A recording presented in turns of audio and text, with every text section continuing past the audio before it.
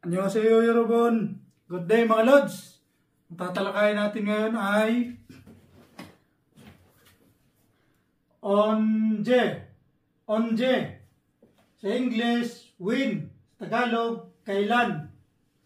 Example number 1. Onje hesoyo.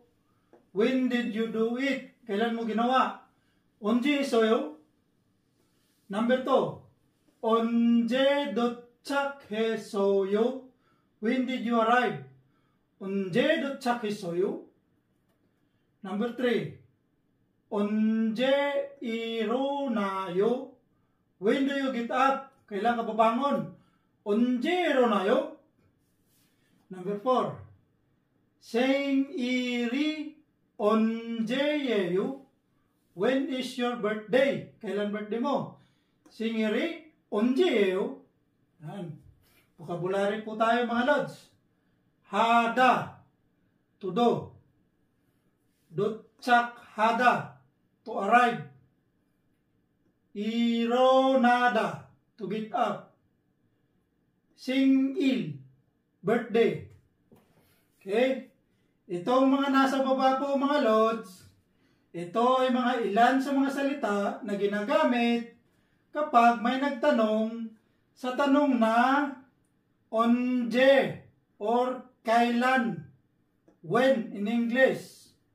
Narito po siya.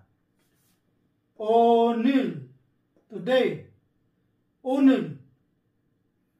어제, yesterday. 어제. 내일, tomorrow. 내일. 지금, now. 지금. 아까, a while ago. 아까, kani-kanina lang. 나중에, later. 나중에, mamaya na. 방금, just now. 방금, just now. Ngayon lang, mga Lods. Ngayon lang. 방금. Okay? Yan lang po mga Lods. Sana may natutunan po kayong konti. Annyeonghaseyo.